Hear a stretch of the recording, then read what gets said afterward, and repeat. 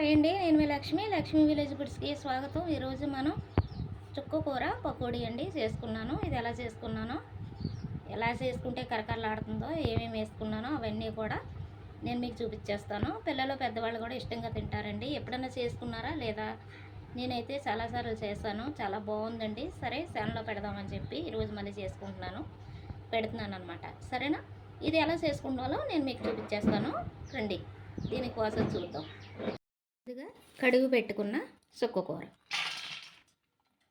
ఇది ఒక కట్ట అనమాట. అలాగే ఒక కప్పు అంటే 3-4 ఉల్లిపాయలు అలా సిరుకులుగా కోసుకోవాలి. పచ్చిమిర్చి ఒక 4-5 చిన్న, అలాగే అల్లం వెల్లుల్లి తురుముకుని వేసుకోవాలి. ఇది కొత్తిమీర, పుదీనా, కరివేపాకు 3 చిన్నగా కట్ చేసి వేసుకోవాలి. అలాగే కొద్దిగా వరిపిండి, అలాగే కొద్దిగా శనగపిండి, అలాగే కొద్దిగా కార్న్ఫ్లవర్, అలా కొద్దిగా ధనియాల జీలకర్ర పౌడర్ అనమాట. అలాగే గరం మసాలా పౌడర్, సాల్ట్ 2 స్పూన్లు, కొద్దిగా కారం. ఇంక ఇదంతా శుభ్రంగా కలిసేలాగా కలిపేసుకోవాలి. ఇదంతా కూడా ఎందుకంటే వాటర్ అప్పుడే ఏ అవసరం లేదు, సాధ్యమైన మరలా ఆకుకూరే వాటర్ ఉంటుంది కాబట్టి కలిపేసుకుందాం బాగా మొత్తం కలిసేలాగా. అంతే అండి, అయిపోయింది. ఇప్పుడు ఇది మనం పొయ్యెట్టుకుని ఆయిల్ వేసుకుందాం. నీళ్ళు అసలు అయ్యొద్దండి, దీని వాటరే సరిపోయింది. ఆకుకూరలోది ఉల్లిపాయలోది నాకు సరిపోయింది అనమాట. ఆయిల్ వేడెక్కిన తర్వాత చిమ్లో పెట్టుకుని వేసుకోవాలి, మరి ఆయిల్లో పెట్టుకోకూడదు.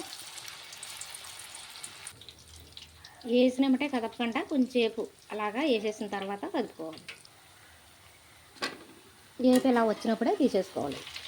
ఎర్రగా ఉన్నాయి కదా, ఈ ఏపు అయితే సరిపోతుంది కరకల్లాడితే. మొత్తం అన్నీ కూడా ఇంక ఇలాగే వేసుకోవాలి. హాయ్ అండి, నేను మీ లక్ష్మి.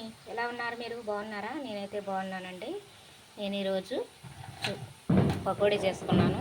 దేంతో చేసుకున్నానో ఏంటి అనేది ఫుల్ వీడియో మన ఛానల్లో పెడుతున్నాను, మీరు చూసేయండి. ఎవరికైనా ఇంట్రెస్టింగ్ ఉంటే వెళ్ళి చూసి నేర్చుకోండి, సరేనా? ఇంత కమ్మగా టేస్టీగా కరకరలాడే పకోడీ ఎలా చేసుకోవాలో మన ఫుల్ వీడియో ఛానల్లో పెడుతున్నాను కదా, మన ఛానల్లో చూసేయండి.